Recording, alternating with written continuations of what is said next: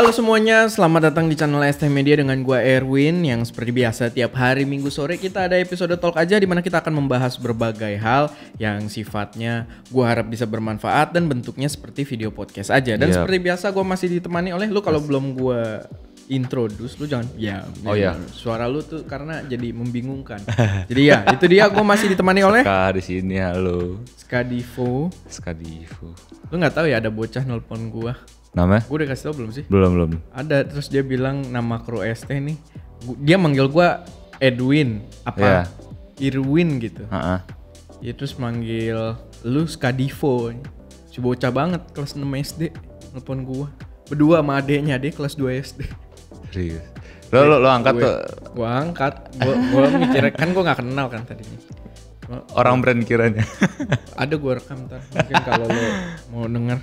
Tapi ya itu sedikit intro ya. Sebelumnya gue kenalin dulu kalau buat yang kalian baru nyampe ke channel ini adalah channel yang biasa membahas tentang berbagai hal yang berkaitan dengan teknologi dan juga hal-hal yang berkaitan dengan proses produksi konten kreatif. So kalau kalian tertarik dengan teknologi, gadget dan lain-lain atau doyan produksi konten kreatif, video, foto dan lain-lain, nggak perlu ragu, langsung aja subscribe dan aktifin tombol notifikasinya. Tombol notifikasinya biar nggak ketinggalan update-update terbaru dari kita. Kok napas gue jadi kurang bagus ya? Ngopi dulu lah.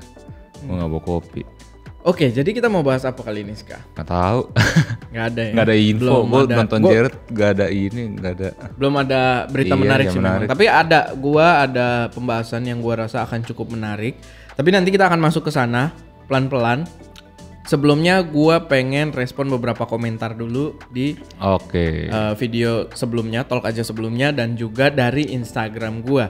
So kalau kalian belum, silahkan follow juga Instagram gue @erwin_chuy karena gue biasa update info terbaru yang belum naik di channel. Gue update di Instagram pribadi gue dan kalian bisa mengajukan pertanyaan yang mungkin bisa gue langsung jawab di Instagram atau bisa juga kita jawab di video ST. So kita langsung aja lihat, tadi ada beberapa komentar. Kita mulai dari yang YouTube dulu. Gue sih cuma ngambil dikit, jadi kita usahakan agak lebih cepat karena nanti pembahasannya ada lumayan. Video dapat lah, mungkin 15-20 menit. Ini ada komentar di video kemarin dari Rizky Wahyu Prasetyo. Jadi kemarin gue bahas soal pakai iPad untuk video editing gitu kan di video tersebut, dan dia nanya nih di sini. Ngapa nggak pakai Premiere Rush bang? Karena Premiere Rush itu ada juga di iOS ataupun di Android. Seingat gue ada di Android, ada. Kan langganan akunnya sama, asal udah langganan Premiere Pro CC. Nah ini yang menarik sebenarnya, kayak si Premiere Rush ini. Sebenarnya dia punya harga berlangganan si Premiere Rush kalau kalian tidak punya subscription Adobe CC Creative Cloud. Tapi karena gue punya Adobe Creative Cloud, gue kalau mau pakai si Premiere Rush itu gratis. Itu yang gue suka sebenarnya dari Adobe. Jadi ekosistemnya memang saling terhubung gitu kan, Creative Cloud. Cuman yang jadi pertanyaan, kenapa gue tidak pakai Premiere Rush? Gue pakai LumaFusion. Dimana LumaFusion itu gue harus beli lagi di harga sekitar 300-400 ribu kalau nggak salah. Itu subscription apa? Enggak, dia one time buy gitu. Ya itu. Jadi sekali beli lah intinya. Dan kenapa gitu? Gue nggak pakai Premiere Rush. Sedikit info, gue pakai Premiere Rush, ada di iPad gue Premiere Rush, tapi untuk first impression Premiere Rush itu punya penampilan yang lebih baik daripada si LumaFusion menurut gue pribadi. Lebih minimalis, lebih terlihat modern, tapi ternyata software-nya tidak se-powerful itu. Kayak dia tidak mendukung alpha channel. Maksudnya kalau kalian bikin aset-aset video yang membutuhkan transparansi kayak buat lower third atau bumper kita, itu dia nggak mendukung. Sedangkan di LumaFusion mendukung. Secara OS itu udah mendukung pakai H265 alpha channel gitu kan. Tapi di Premiere Rush-nya sendiri itu belum mendukung. Jadi sayang banget nggak bisa. Dan yang turn down gua banget adalah dia nggak ada efek keying. Efek keying tuh buat naruh keyframe gitu apa gimana? Bukan, ngilangin background. Keying, ngilangin warna, keying. Nah itu maksud gua itu basic banget sih ya. Kan itu buat ngakalin kalau nggak bisa alpha channel ya udah pakai keying gitu kan. Entah pakai background hijau nanti dihilangin atau gimana. ternyata dia nggak bisa juga. Itu menurut gue cukup parah karena kalau kita lihat kayak si KineMaster aja itu udah bisa. Jadi harusnya sekelas Premiere Rush yang didevelop oleh Adobe, kenapa tidak ada? Tapi correct me if I'm wrong, kalau misalkan ternyata ada, kalian bisa komentar di bawah. Tapi gua nggak menemukannya dan ya itu dia. Jadi ke LumaFusion gua udah berasa lebih powerful banget. Memang setelah gua cobain, gua utak-atik, ulik-ulik, lebih powerful LumaFusion. Mungkin nanti kita akan bahas lebih lanjut soal itu. Tapi itu dia. Terima kasih Rizky Wahyu Prasetyo. Lanjut lagi ada komentar. Tapi apakah iPad bisa dipakai buat ngegantiin PC ST bang? Menurut lu gimana sekarang? Untuk apa? Untuk keperluan ngedit doang atau gimana? Ya pokoknya bisa buat ngegantiin PC ST nggak? Gue sih nggak, menurut gue nggak. Daya tahannya tuh gue rasa tuh PC tuh lebih durable, lebih lama gitu ya kalau ya, secara terus-terusan ya. Banyak tapi alasannya kenapa belum bisa lah menurut gua. Ya secara durable beda ya kan. Dan secara reliability juga beda menurut gua. Dan pastinya performance, walaupun si iPad ini punya optimisasi yang agak menarik ya, H265 dia lebih ngebut dibandingkan PC ST, tapi tidak reliable ya. Kayak gini, gua kemarin ngerjain satu project video Osmo Pocket, itu kan project 4K, udah mau penuh iPad gua. Dari 128 GB udah kepake memori sekitar 70 GB. Memori internalnya udah mau penuh gitu. Ya, memori internalnya udah mau penuh. Makanya menurut gua itu jadi agak menyusahkan. Sedangkan kalau di PC kita bisa ber-TB kan santai aja gitu. SSD juga pilihannya nggak terlalu mahal gitu untuk upgrade. Sedangkan iPad nih dari 128 GB kita pindah ke 256 GB aja di setengah mati gitu. Atau ke 512 GB apalagi. Harga gapnya tuh jauh banget. Makanya ya menurut gue PC tetap punya tempat. Atau mungkin nanti kita ganti ke iMac atau Mac gitu. itu Tapi sejauh ini sih nggak ada modal lah ya. Dan mereka tidak pernah mensponsori. Kita kan kalau PC kan disponsorin juga oleh brand-brand yang sangat baik hati. Kalian bisa lihat di deskripsi gitu kan. Tapi yang jelas ya itu masih belum bisa menggantikan. Dan itu terima kasih dari akun Roviv. Lalu kita moving ke Instagram. Nah gue jelasin dulu. Jadi di Instagram gue posting berbagai hal yang berkaitan dengan cinema kamera terakhir-terakhir ini, karena kita lagi nyobain Zcam, tapi gue lupa bawa ke sini, barangnya ada di bawah. Dan ya, jadi banyak fitur yang gue kasih lihat di Instagram gue yang menggiurkan bagi banyak pengguna gitu, bagi banyak audience. Dimana ini belum gue tunjukin di channel ST, sehingga itu sebabnya kalian harus follow Instagram @erwin.ciawi ya gitu ya. Jadi gue ada followers gitu. Tapi gue cukup salut karena di Instagram gue aja udah maksudnya engagement kalian untuk berpendapat tuh udah cukup banyak. Walaupun memang gue sendiri sering mancing-mancing gitu. Jadi postingan Instagram gue memang mengarahkan pada suatu diskusi atau hal-hal yang gue harap cukup bermanfaat lah gitu.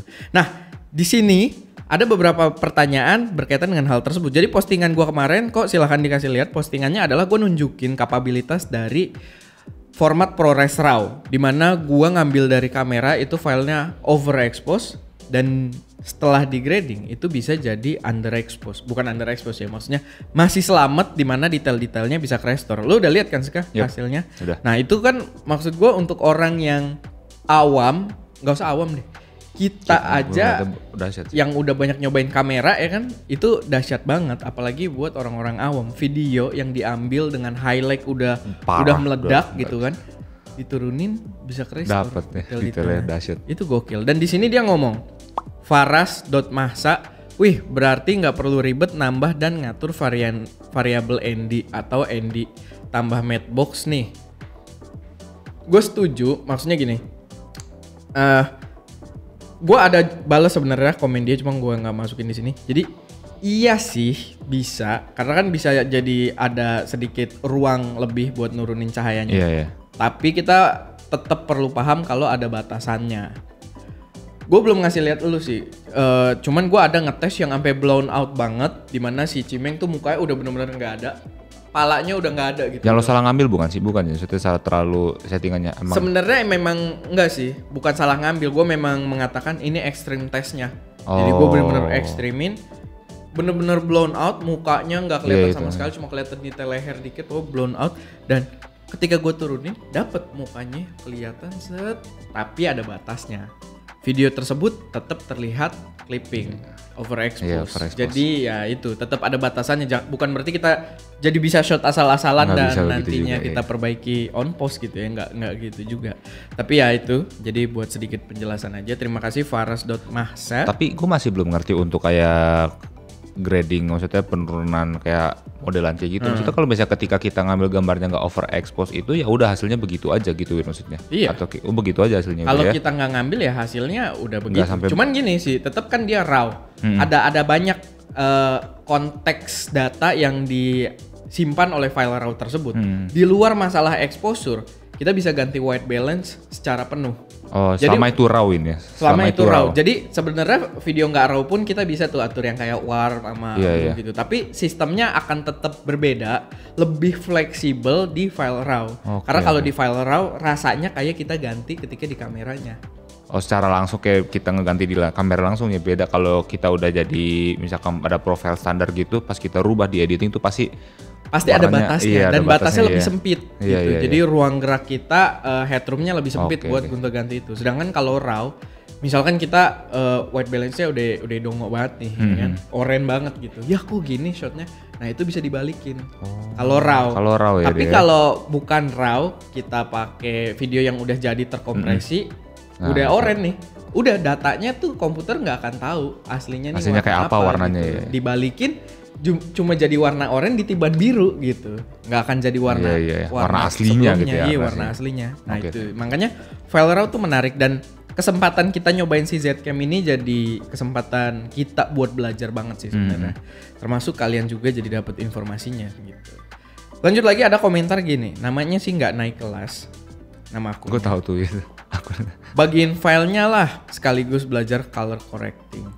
Ya, ini banyak banget yang komen di konten tersebut pada minta bagiin file raw-nya. Oke, gue nanti akan bagiin, tapi gue butuh komentar kalian. Maksudnya opini kalian, pendapat kalian, enaknya tuh bagiin dari mana?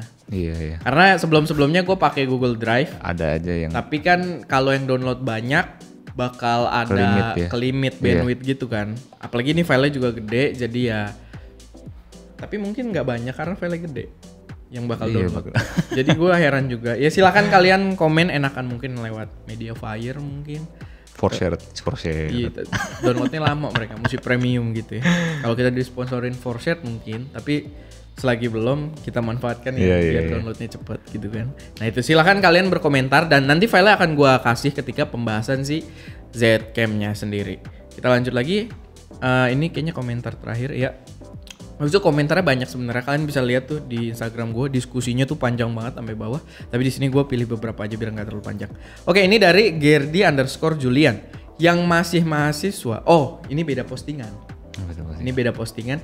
Jadi gue sempat posting tentang bagaimana cara dapat first client di Instagram gua. Itu bentuknya carousel, microblog gitu, ada beberapa pembahasan, dan salah satunya adalah membahas soal networking, soal memanfaatkan kenalan-kenalan kalian. Nah, di sini dia berkomentar lagi. Jadi ini semacam saran yang mungkin bisa kalian pakai juga. Terus dia bilang, yang masih mahasiswa, dosen jadikan teman. Siapa tahu cuan mengalir dari mereka. Works 100% for me. Berarti dia banyak mengerjakan project-project yang asalnya dari si dosen. Dan gue bisa mengclarify ini. Jadi kalau misalkan kalian, entah kalian mahasiswa atau pelajar, coba build koneksi yang baik dengan si guru atau si dosen, sehingga mereka tahu lo bisa melakukan apa dan mereka percaya dengan lo karena lo punya hubungan baik gitu dengan dosen tersebut. Karena kita sendiri banyak, gue sih ada beberapa project yang gue ambil dari guru SMK. Lalu ada juga beberapa project yang datangnya dari dosen. Cuman gue sih dosen ada yang pernah ngambil nggak ya gue? Oh, gue pernah. Kayak kalau buat acara kampus butuh desain apa atau butuh sedikit editing apa gitu. Atau kalau kalian tugas kampus, kalian kenal dekat dengan teman-teman dan teman-teman kalian juga tahu kalian bisa ngedit misalkan atau bisa produksi video, bisa jadi klien ya kan. Jadi ya itu sebenarnya sih hubungan baik dengan orang-orang lah, networking. Networking is networking. Gue sih nggak mau mengklaim itu quotes gue ya. Itu asalnya dari orang lain tapi gue lupa dari mana. Ya oke, jadi itu dia sedikit pembahasan dari konten-konten yang kemarin. Nah, sekarang gue pengen kasih sedikit pembahasan aja soal update di dunia perkameraan. Gue juga nggak berharap lo tahu banyak sih Sky, karena lo lagi sibuk banget sekarang. Gue lihat review HP ya. Iya kemarin. Jadi sebelum masuk ke sono, kayaknya ini obrolan menarik juga. Apa yang lo rasakan setelah lo menjadi reviewer HP Sky? Awalnya gue pusing. Gue bingung. Kalau Black Shark kan yang kemarin gue review tuh ya udah tahu HP game ini Oppo nih sisi dari mana dulu. Jadi gue sebelum ini udah publish belum sih? Belum. Nanti HP-nya. Oh enggak, kira publish HP-nya. Udah banyak. Udah ada ya. Udah. Makanya gue nggak update soal HP ya. Apalagi brand nggak, gue nggak mau komen. Gini lanjut. Ya pokoknya dari ini nih kayak si Oppo sekarang nih gue selalu nge-reference kayak contoh Gadget-in. Gue nge-reference dari situ, gue ngeliat begini cara reviewnya, ada susunannya. Terus yang Black Shark juga sama, gue ngeliat dari Aldi tuh. Gue awalnya bingung ya gimana gue ngasih opini gue soal nih HP. Soalnya kan gue dulunya tuh nggak update soal HP. Ketika gue dikasih HP ini udah versi kesekian, kayak misalkannya Fuji ini udah X3, padahal sebelumnya ada lagi kan. Ngikutin dari awal. Ngikutin dari awal gitu kan. Tapi pas gue ngulik sendiri, ternyata seru gitu. Seru, cuman ya antara seru dan susahnya, banyakan susahnya. Tapi serunya tuh kalau ketika lo tahu fitur apa yang ada di update gitu ya, kita update terus sama HP yang terbaru gitu ya, kayak nih si Oppo Reno 4 ini, gue seneng sih. Gue rasa lebih banyak susahnya karena memang lu mungkin saat ini belum catch up. Iya. Tapi begitu lo sudah catch up dan lo ngikutin di posisi yang lo udah lumayan ngerti, gue rasa akan seru doang gitu loh. Iya bener. Cuma tetap susah karena harus nge-save apa segala macam. Iya. Kan? Nah itu menarik karena gue juga tahu sekarang tidak update soal HP. Kita ini kan kaum jarang ganti HP. Di kantor nih yang ganti HP itu dari dulu cuma Eko. Yang lain tuh males banget ganti HP gitu kan. Nah itu jadi perspektif yang menarik. Itu juga mungkin bisa jadi contoh ke kalian kalau Ska aja bisa jadi reviewer HP gitu yang tidak punya background gonta-ganti HP. Bahkan dia tidak ada peminatan sama sekali dulu soal gadget-gadgetan. Tapi setelah nyicipin teknologinya menarik gitu kan. Begitu juga di kamera. Kalian kalau udah ngikutin kamera tuh menarik. Dimana ini pembahasan sekarang juga. Yes. Gue akan ngomongin sedikit, gue nggak mau terlalu menyudutkan dan nggak mau terlalu bahas yang agak berbahaya, tapi gue pengen bahas soal Canon Triple Hammer. Apa tuh maksudnya? Jadi itu sebutan di luar, lu mungkin nggak terlalu ngikutin juga ya, karena gue nonton beberapa channel ya, kayak si Jared Polin tuh jarang ngangkat Triple Hammer. Yang sering banget bahas Triple Hammer adalah kamera conspiracies. Mungkin memang karena konten dia juga gitu kan. Nah, Canon Triple Hammer itu semacam sebutan orang luar atas karakter Canon. Ini Canon global ya. Gua tidak mengomentari Canon Indonesia karena gue punya banyak sahabat baik di sana. Tapi Canon luar itu banyak yang menyebutkan Canon Triple Hammer itu adalah berdasarkan karakter Canon yang suka melimitasi full potensial dari kameranya untuk melindungi line up lainnya. Ibaratnya yang sekarang kita sering ini, dia melindungi kamera cinema, dia melindungi kamera DSLR gitu kan. Nah, ini jarang banget diomongin di Indonesia, makanya gue pengen sedikit sentil aja di sini biar kalian paham juga kalau ini exist gitu. Di luar tuh jadi pembahasan yang hot banget sebenarnya. Karena apa ya? Agak tidak consumer priority gitu loh. Jadi tidak prioritasnya ke consumer, prioritasnya gua rasa sendiri, lebih ke bisnis jadinya. Ya. Karena gini, di luar udah cukup parah masalah Canon Triple Hammer. Jadi gini, dulu kan M50 4K-nya cropping parah, autofokusnya hilang. Canon EOS R, EOS R dulu dia di 4K autofokusnya mati ya setahu gua. Gua nggak tahu EOS R. Gue lupa kalau 4K, tapi kalau misalkan kalian set slow-mo itu autofokusnya mati. Padahal maksud gue kayaknya harusnya bisa karena bisa, ya? Sony, Fuji kamera yang nggak terlalu tinggi pun itu bisa gitu kan. Nah itu adalah langkah-langkah yang diambil Canon kayak untuk menjaga beberapa line up lainnya. Nah di sini sebenarnya belakangan ini orang udah mulai kayak wah Canon bangun, Canon bangkit apa segala macam kan. Tapi ternyata kan si EOS R5 itu overheat kan. Itu masalah yang ribet banget overheat kan. Dan ternyata dari sudut pandang Triple Hammer itu adalah feature yang di cripple secara sengaja. Cripple tuh apa sih? Cripple tuh sebenarnya cripple tuh ini istilahnya. Yang gue tahu ya, cripple tuh kayak cacat gitu. Sengaja dicacat gitu. Iya, jadi cripple sih bahasanya cacat. Tapi cripple hammer ini adalah sikap yang sengaja mencacatkan kameranya, membatasi full potential dari kameranya. Jadi gini, yang gua nggak suka adalah karena itu business related, karena dia urusannya untuk menjaga pasar-pasar kamera lainnya. Dan yang membuat gue tuh gatel banget adalah gini, pengaruh dari situ adalah kita jadi semacam melimitasi inovasi yang harusnya udah bisa dari sekarang. Iya. Nah mungkin karena urusan bisnisnya itu, jadi mereka di-cripple dulu, ditahan gitu kan. Padahal bisa, kalaupun bisa, mau bagus sekarang. Karena gini, di R5 ini lagi rame banget. Kan masalah overhead R5. Ternyata nih ya, ini gue akan quotes dari EOS HD. EOS HD juga lumayan terkenal kalau dari dulu kalian main kamera Canon. EOS HD dan juga developernya Magic Lantern itu membuat percobaan di mana ternyata R5 itu overheatnya semacam timer, software based. Jadi gini, biar kasih gambaran jelasnya aja, lo ngerekam 8K, sekitar 16 menit dia mati overhead kan? Kalau kelamaan ya. Karena overhead. Lo tungguin dia sampai cooling down kan lama tuh nungguinnya. Karena ya memang harus cooling down. Begitu udah bisa ngerekam lagi, lo bisa ngerekam tapi hanya 5 menit. Tadi 16 menit turun overhead, bisa ngerekam lagi 5 menit, habis itu overhead lagi mati. Habis itu kita nunggu lagi. Nunggunya bisa sampai 20 menit. 20 menit tuh lama banget kalau dalam produksi buat nunggu ya. 20 menit bisa nyalain lagi, bisa ngerekam lagi 5 menit. Nah, awalnya mereka pakai analogi gini. Sekarang nggak mungkin lo nunggu itu overhead sampai 20 menit. Karena lo bayangin aja kalau lo membeli kentang goreng dan lo tungguin sampai 20 menit. Kayak apa rasa tuh kentang goreng? Udah gak enak, udah gak panas. Udah alot gitu kan. Apalagi ini sensor dan chip metal. 20 menit seharusnya itu udah sangat balik lagi lah, udah normal gitu. Cuman di sini udah kayak 10 menit, 15 menit, 20 menit pun itu masih ada warning overheadnya gitu. Cuma mungkin udah bisa ngerekam. Nah, mereka melakukan percobaan yang jangan ditiru di rumah. Gue pun tidak akan menirukannya dengan sampel-sampel dari Canon Indonesia karena menurut gue sangat unethical dan bisa breaking the camera gitu kan. Jadi jangan ask gue untuk melakukannya, tapi mereka melakukan pencabutan pada baterai VRAM. Gue lupa namanya baterai VRAM atau baterai. Posisi di mana dia? Baterainya dia itu di dalam sistem. Dia tuh kayak baterai jam tangan bentuknya. Okay. Dan jadi dia gini, dia ngerekam 8K 16 menit dapat.